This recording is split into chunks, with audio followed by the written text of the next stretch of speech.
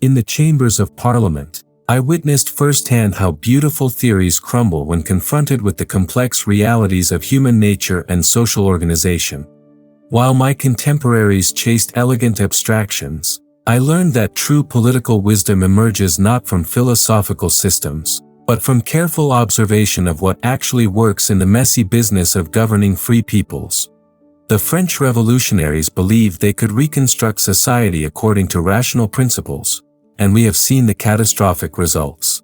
Today, as America faces its own ideological fever, understanding why practical wisdom must guide political action becomes more urgent than ever. The choice between abstract philosophy and experiential wisdom is not merely academic, it determines whether societies flourish or collapse into chaos. Chapter 1: The Laboratory of Parliamentary Experience. My decades in Parliament taught me that governance is an art, not a science. Unlike the philosophers who construct elaborate systems from their studies, I learned statecraft by watching how policies actually affect real people in real circumstances. Every bill, every debate, every committee hearing revealed the gulf between theoretical elegance and practical necessity. Consider the American taxation crisis of the 1760s and 1770s. The ministry's approach was perfectly logical according to abstract principles of sovereignty. Parliament possessed supreme authority, therefore it could tax the colonies. This reasoning was flawless in theory, and disastrous in practice. I observed how rigid adherence to abstract legal principles, divorced from historical context and local circumstances, transformed loyal subjects into rebels. The practical wisdom I gained from this experience taught me that successful governance requires understanding not just what authority we possess, but how that authority can be exercised without destroying the very relationships that make government possible. Abstract theories of sovereignty mean nothing if they provoke resistance that undermines effective rule. True political wisdom asks not, what does our theory permit, but what will preserve and strengthen the bonds that hold society together. This is why I consistently argued for conciliation rather than coercion with America. My colleagues possessed perfectly coherent theories about parliamentary supremacy, but they lacked the practical wisdom to see that insisting on theoretical rights could destroy practical benefits. The tragedy of the American crisis was that it was entirely preventable, if only wisdom born of experience had triumphed over the allure of abstract principle. Parliamentary life revealed to me the fatal attraction of systematic thinking in politics. Young members arrive convinced they can solve ancient problems through the application of rational principles. But the seasoned parliamentarian learns that human affairs are too complex, too dependent on circumstance and character, too rooted in historical development, to be governed by abstract formulas. The committee rooms of Westminster became my laboratory for understanding how real politics works. Here, away from the rhetorical flourishes of formal debate, I watched how successful legislation emerges from patient negotiation, mutual accommodation, and respect for legitimate interests. The bills that lasted were those that reflected practical wisdom about human nature and institutional capabilities, not those that embodied the most elegant theoretical principles. My experience with the East India Company affairs further confirmed this insight. The company's directors operated according to perfectly rational commercial principles, seeking maximum profit through efficient administration. But their abstract approach to governance, which treated complex human societies as mere sources of revenue, generated exactly the kind of arbitrary rule that I spent my career opposing.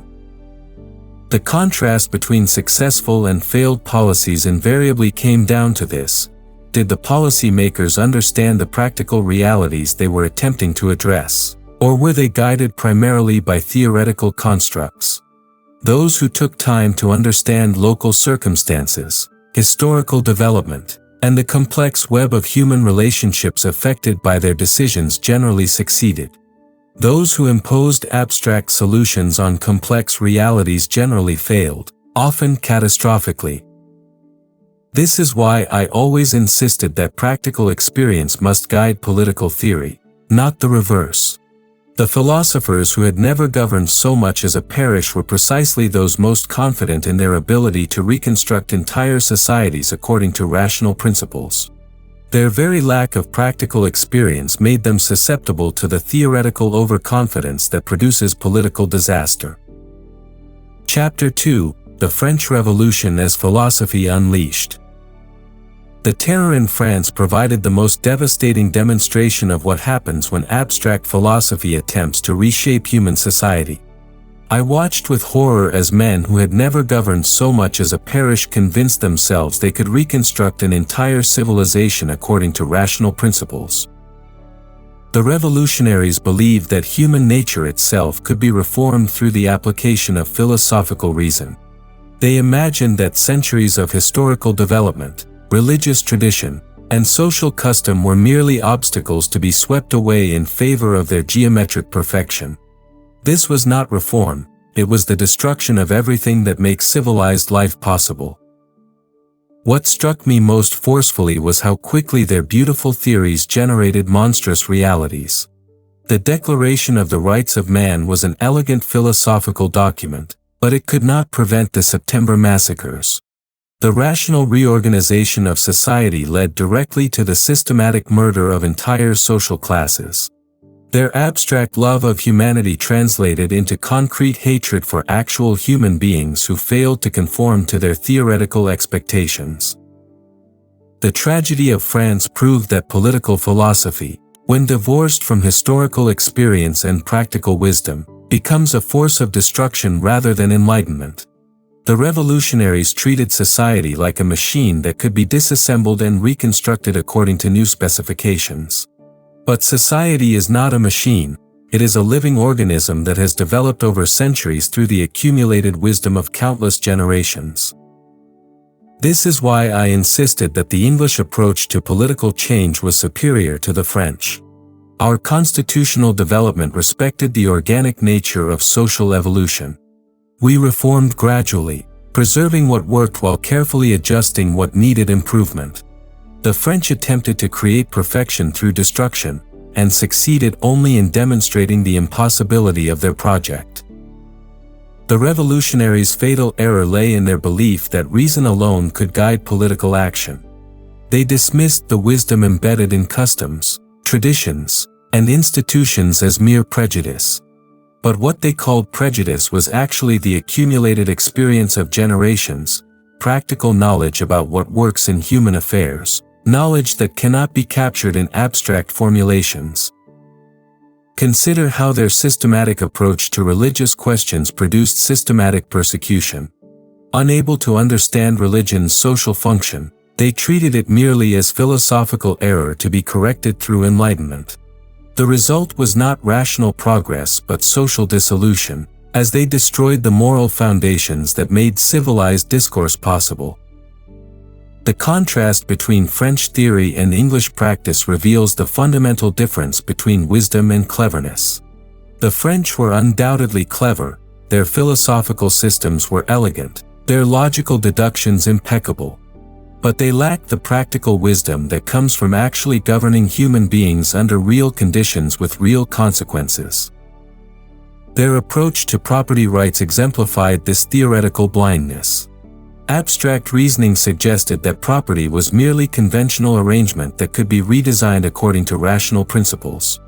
But practical experience shows that secure property rights, developed through centuries of legal precedent, provide the foundation for both individual liberty and social stability. Destroy these traditional arrangements in favor of theoretical improvements, and you destroy the conditions that make both freedom and prosperity possible. The lesson of the French Revolution is not that change is impossible or undesirable, but that successful change must respect the organic nature of social development. Wise reformers work with the grain of human nature and historical experience, not against it. Chapter 3: The Art of Political Representation Beyond Theory. My years defending the American colonists taught me that true representation transcends the mechanical delegation of popular will. The shallow theorists of my time reduced representation to a simple mathematical relationship, the representative as mere messenger carrying instructions from constituents to parliament. But this abstract conception misunderstands the nature of both governance and human wisdom. Real representation requires something far more sophisticated, the exercise of mature judgment on behalf of those represented. When I spoke for Bristol, I did not simply echo the immediate desires of my constituents. I sought to understand their deeper, long-term interests and to act with the wisdom that comes from broader perspective and fuller information. This is not betrayal of democratic principles, it is the fulfillment of democracy's highest aspirations. The American crisis illustrated this perfectly. Had Parliament simply followed the immediate preferences of British taxpayers, who naturally preferred that someone else bear the burden of imperial defense, the result would have been the loss of our American brethren. True representation required looking beyond immediate preferences to lasting relationships and mutual benefit. Consider how this differs from abstract theories of popular will. The philosophers speak of direct democracy and immediate responsiveness to constituent demands. But anyone who has actually served in a deliberative body knows that wise governance often requires resisting popular pressure in service of popular good. The representative who never disagrees with his constituents serves them poorly indeed.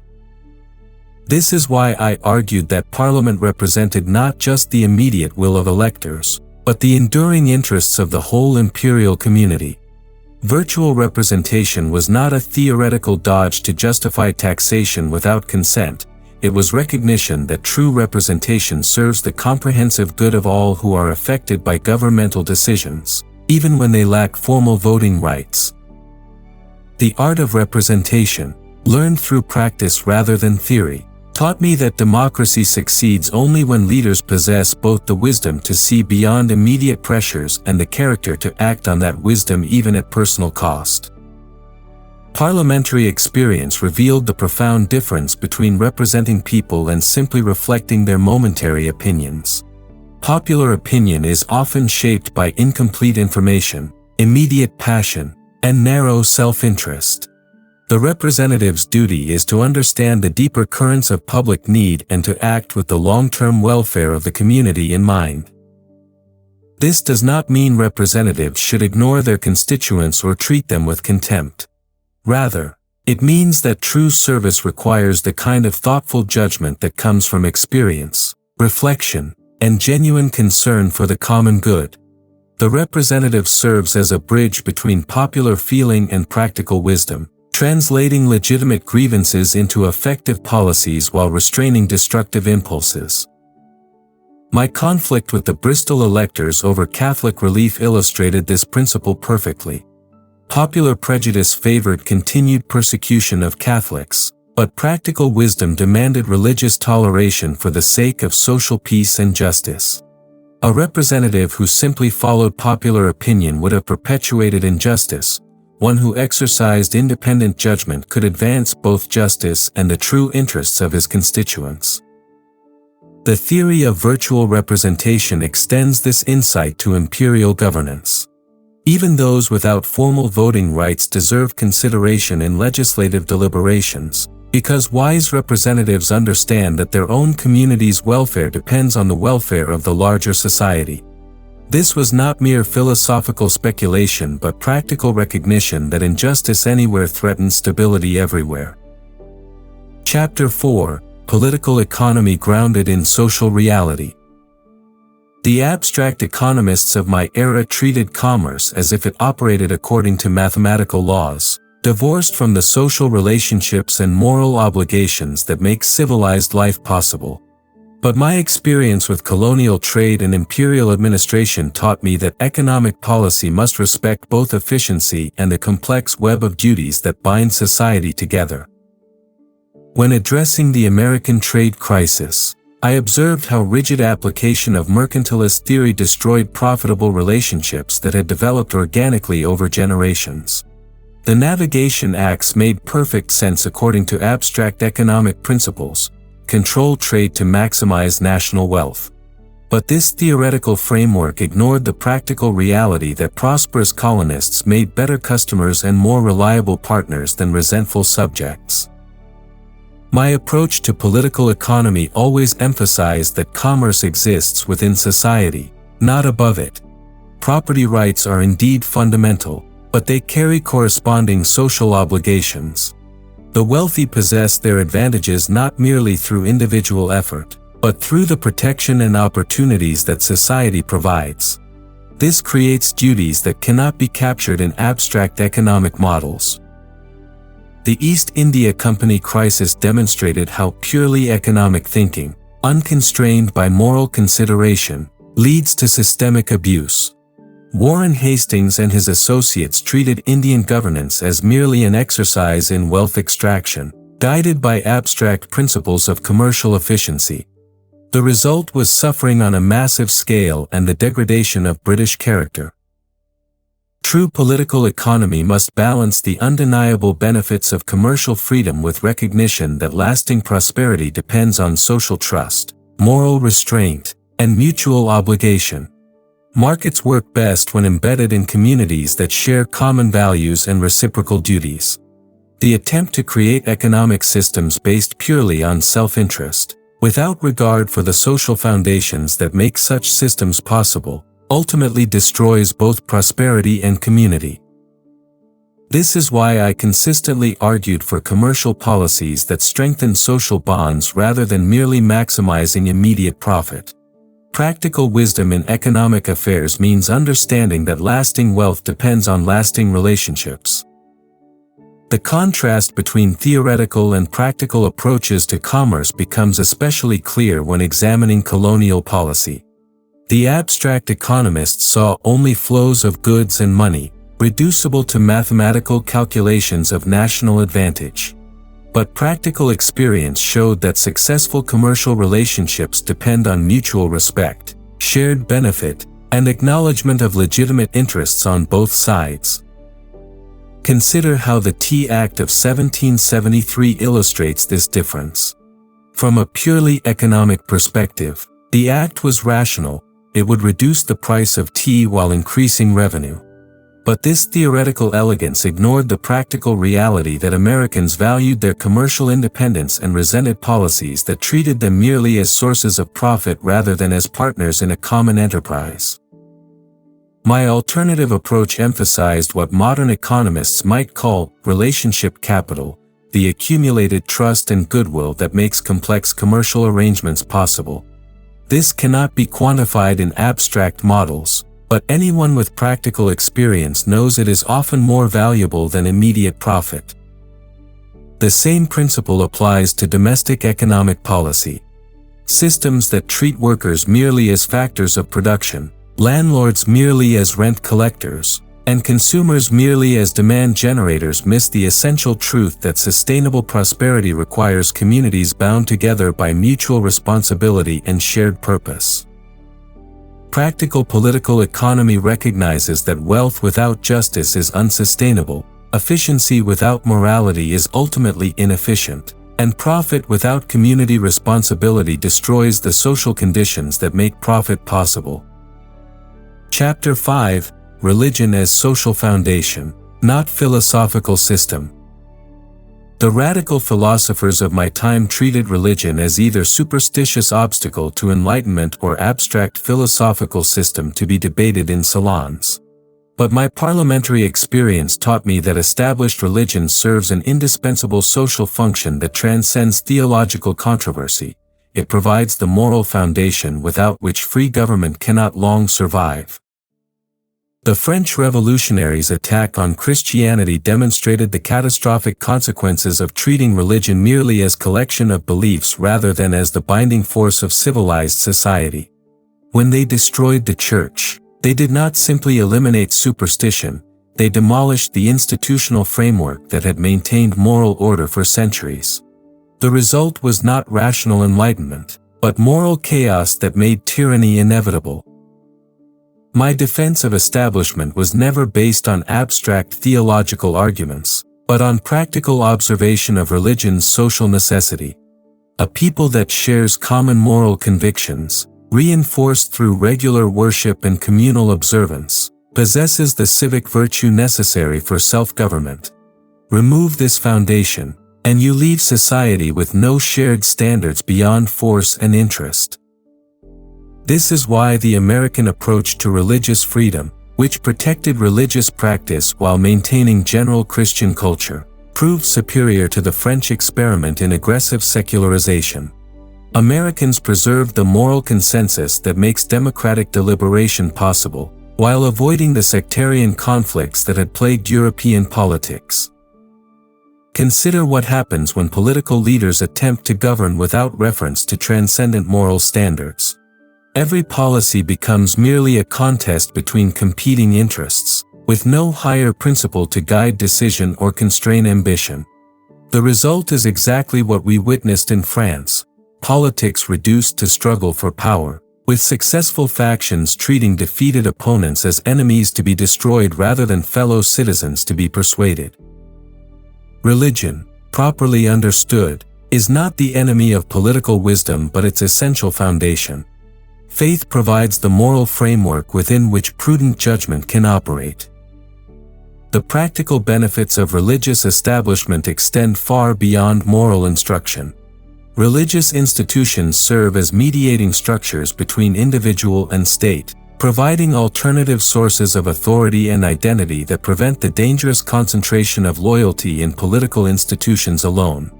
They offer practical assistance to the poor, education to the young, and moral guidance to all members of society. More fundamentally, religious conviction provides the humility necessary for wise governance. Leaders who acknowledge higher authority than their own will are more likely to exercise power with restraint and consideration for long-term consequences. The belief that human institutions are imperfect and human wisdom limited serves as essential check on political ambition and ideological excess. This is why the French revolutionary attempt to replace Christianity with abstract, cult of reason, failed so spectacularly. Reason alone cannot provide the moral motivation necessary for sustained civic virtue. Abstract philosophical principles cannot inspire the sacrifice that community life requires. Only transcendent conviction can sustain the habits of honesty, charity, and mutual respect that make free government possible. The relationship between religious faith and political freedom is not accidental but essential. Free government requires citizens capable of governing themselves, and self-government requires moral convictions that transcend immediate self-interest. Religious tradition provides precisely this moral formation, developing habits of conscience and community responsibility that abstract philosophy cannot supply. This does not mean that government should enforce theological orthodoxy or persecute religious minorities. Rather, it means that wise policy will support the general religious culture that sustains civic virtue while protecting legitimate religious liberty for all citizens. Chapter 6: Imperial Governance and the Wisdom of Decentralization. My extensive work on imperial questions taught me that successful governance of diverse peoples requires practical wisdom about the limits of centralized control. The theoretical approaches to empire, whether based on abstract concepts of sovereignty or systematic administrative efficiency, consistently failed because they ignored the organic complexity of human communities and their attachment to local traditions. The American crisis crystallized this understanding. The ministry's approach was perfectly logical according to theories of imperial administration: standardize control, rationalize taxation, impose uniform regulations. But this systematic thinking ignored the reality that the colonies had developed their own constitutional traditions over 150 years of practical self-governance. Attempting to override these organic developments in favor of theoretical consistency provoked exactly the resistance that destroyed the empire. My alternative vision emphasized what I called federal principles, the idea that political unity could preserve rather than eliminate local diversity. True imperial wisdom recognizes that distant communities cannot be governed like nearby provinces. Successful empire requires understanding when to enforce universal principles and when to respect local variation. This principle applies equally to domestic governance. The attempt to manage all social questions from a central authority, however well-intentioned, inevitably produces the bureaucratic tyranny that stifles local initiative and communal responsibility. Practical wisdom suggests that many matters are best handled by those closest to the problems, who understand local circumstances and bear direct responsibility for the consequences of their decisions. The genius of the British constitutional system, at its best, lay in its recognition that effective authority often requires the delegation of authority. Parliament retained ultimate sovereignty while permitting extensive local self-governance. This was not theoretical federalism but practical wisdom about the limits of what any central government can effectively accomplish. Contemporary America faces similar challenges in balancing federal coordination with state and local autonomy. The wisdom gained from imperial experience suggests that lasting political arrangements must respect the natural human tendency toward local attachment while maintaining broader unity. The failure of the Stamp Act illustrated perfectly how abstract theories of sovereignty can destroy practical relationships. From the perspective of constitutional theory, Parliament's right to tax the colonies was indisputable. But from the perspective of practical governance, exercising that right without colonial consent was disastrously imprudent. The theoretical correctness of parliamentary supremacy could not compensate for the practical folly of alienating loyal subjects. My alternative approach emphasized the federal principle that different parts of an empire might relate to central authority in different ways, based on their particular circumstances and historical development. This was not theoretical innovation but recognition of how successful governance actually works in practice. The East India Company crisis provided another example of how centralized control, guided by abstract efficiency principles, produces practical disaster. The attempt to manage Indian affairs according to commercial logic, without respect for local traditions and relationships, generated exactly the kind of arbitrary rule that destroys both justice and stability. True imperial wisdom recognizes that lasting authority depends on consent, and consent depends on respect for the legitimate interests and traditions of local communities. This does not mean abandoning central coordination, but rather understanding how central authority can be exercised in ways that strengthen rather than undermine local loyalties. The principle of subsidiarity, handling affairs at the most local level consistent with effectiveness, emerges naturally from practical experience with governance. Those closest to problems understand them best and bear most directly the consequences of solutions. Central authorities should intervene only when local authorities lack either the resources or the perspective necessary for effective action. Chapter 7. Applying Burkean Wisdom to American Constitutional Practice. The American constitutional system represents perhaps the finest practical application of the political wisdom I spent my career developing. The founders, particularly those influenced by my writings, understood that successful republicanism requires institutions that channel popular energy while constraining popular excess through practical wisdom rather than theoretical limitation. The genius of the American Constitution lies not in its philosophical elegance but in its practical recognition of human nature's complexity. The separation of powers reflects hard-won understanding that concentrated authority corrupts even well-intentioned leaders. The federal system acknowledges that local communities require significant autonomy while participating in broader national purposes. The Bill of Rights protects essential liberties without pretending that abstract rights can resolve all political questions. But contemporary American politics often ignores these practical insights in favor of abstract ideological purity. Both progressive attempts to remake society according to theoretical visions of justice and conservative demands for rigid adherence to original intent miss the essential Burkean insight. The Constitution succeeds because it provides a framework for prudent judgment, not a substitute for it. The Supreme Court's proper role, from this perspective, is not to impose philosophical consistency but to preserve the constitutional framework within which democratic deliberation can occur. Judges should exercise the kind of practical wisdom that I advocated for representatives, seeking to understand the deeper purposes of constitutional provisions while adapting their application to contemporary circumstances. The current polarization of American politics reflects precisely the kind of abstract thinking that I spent my career opposing. Each side treats its principles as complete systems that can resolve all questions through logical deduction. But successful constitutional government requires the humble recognition that human affairs are too complex for systematic solutions.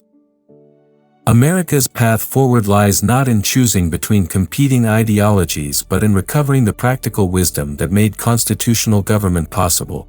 This means preferring compromise to purity, gradual reform to revolutionary change, and prudent judgment to systematic theory. The founders' approach to slavery illustrates this practical wisdom. Faced with an institution they recognized as morally problematic but practically entrenched, they chose gradual pressure over immediate confrontation. This was not moral cowardice but prudent recognition that premature action might destroy the union that made eventual abolition possible. The tragedy of the Civil War resulted partly from the abandonment of this gradualist approach in favor of abstract moral absolutism. Contemporary debates over constitutional interpretation would benefit from similar practical wisdom. Neither strict constructionism nor living constitution theory adequately captures the founders' approach, which emphasized practical wisdom within constitutional constraints. The Constitution provides a framework for prudent judgment, not a mechanical device for reaching predetermined conclusions. The federal system, properly understood, embodies the same subsidiarity principle that I advocated in imperial governance. Different levels of government should handle those matters they can address most effectively, with higher authorities intervening only when necessary. This requires practical judgment about capabilities and circumstances, not abstract theories about state versus federal power. Most importantly, American constitutional practice must recover the civic virtues that make free government possible. No institutional arrangement, however ingenious, can substitute for the moral character and practical wisdom of citizens and their representatives. The Constitution presupposes a people capable of self-government, and self-government requires exactly the kind of practical wisdom that comes from experience, reflection, and commitment to the common good.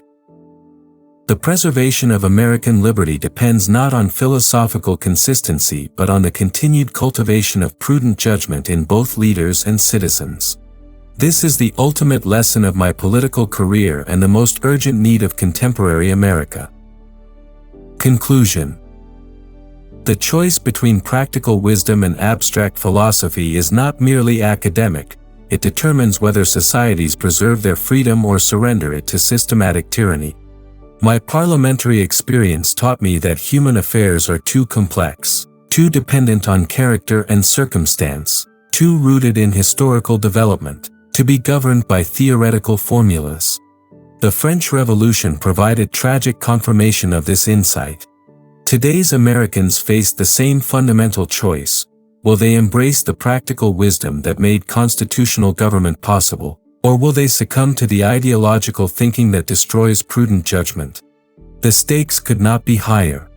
In an age of unprecedented change, we need more than ever the humble recognition that wisdom emerges from experience, not from abstract reasoning. Choose prudence over ideology, tradition over innovation, practical wisdom over philosophical system. The preservation of free government depends upon it.